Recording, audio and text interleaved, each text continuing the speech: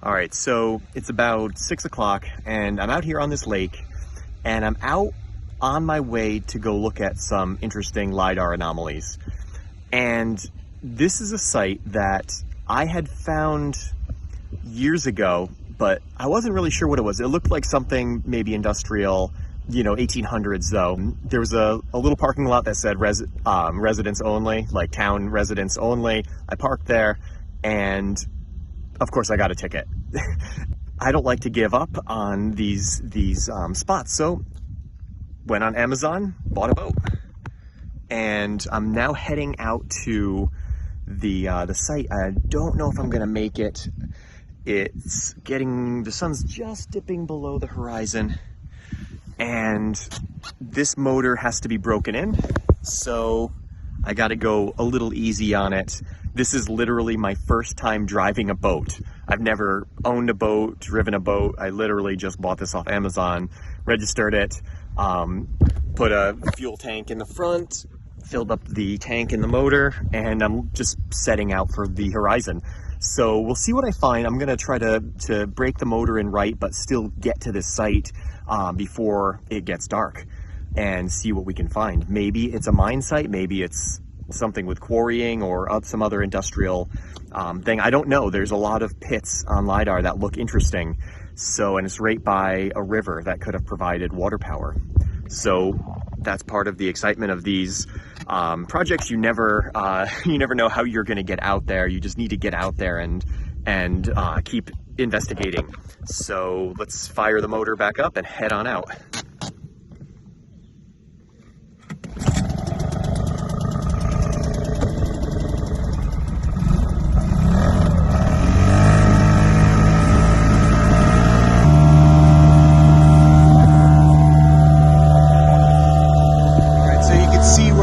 We're going upstream of the river now, and you can see it's getting narrower.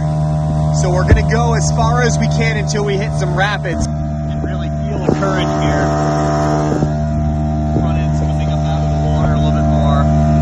It's getting definitely smaller.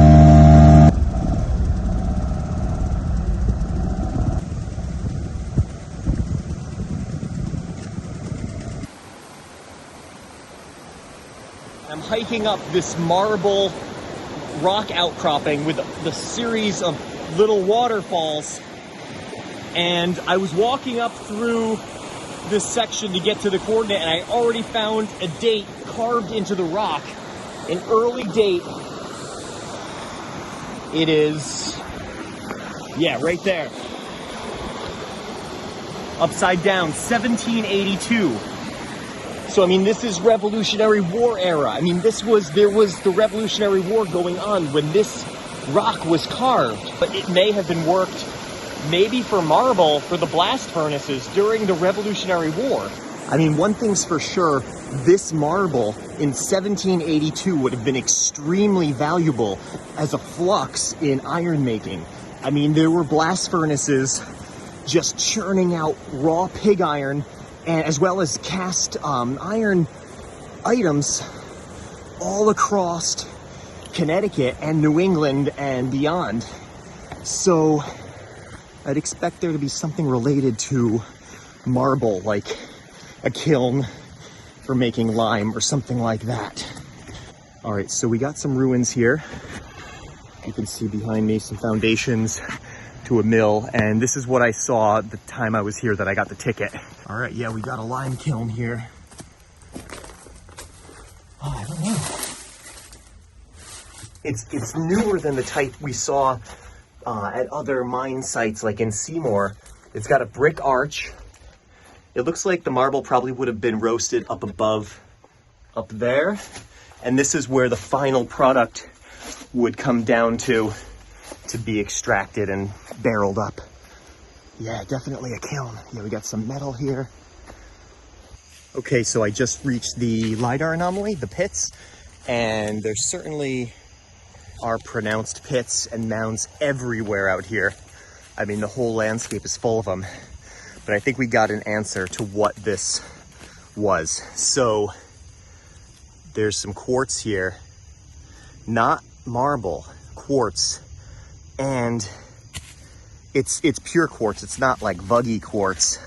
So I think that this was a mill where this quartz was ground up. Just upstream from here, there's another one of these mills where quartz was processed into, I think, wood filler, of all things. And this was maybe a competitor or maybe a partner to that mill upstream from here, because it seems like it has the same era kiln for roasting this quartz. So I think we have our answer, and unfortunately it's not a 18th century marble mine with possible caves like I was hoping. It's simply a mill site that used the water power to grind up this quartz and then roast it so that it could be basically powdered. So it looks like the quartz was brought here and processed and then shipped rather than mined here and processed.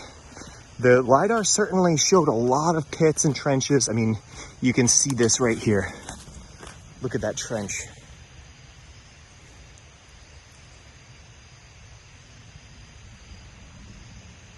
I mean, anything like that on LiDAR is going to look like a mine. Well, if I had more daylight, I would drive the boat up north and check out the other mill to see how they compare. All right, now I just need to get back down to the boat. That looks pretty treacherous. All right, let's just do it.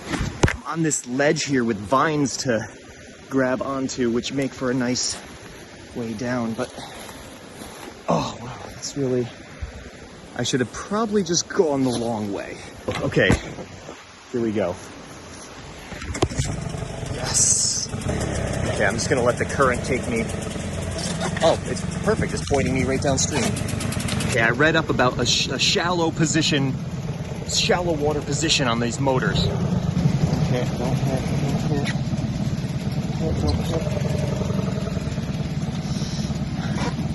All right, I think we're clear. Oh my God, that was really exciting.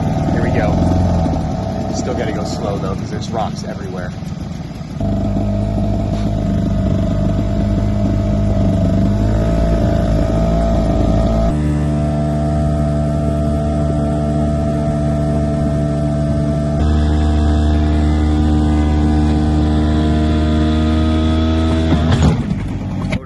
Something again.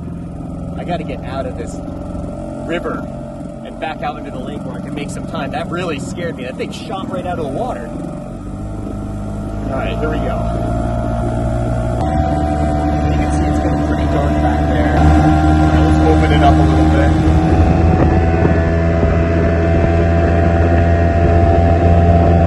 And something just got caught in the prop, so I got to really look out for these ugly mounds of organic matter floating on top of the water. I see two up there.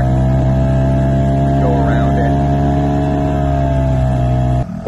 All right, so it's pitch black here now, and I actually missed my turn. I only really realized it when I opened up Google Maps and saw that I was way down.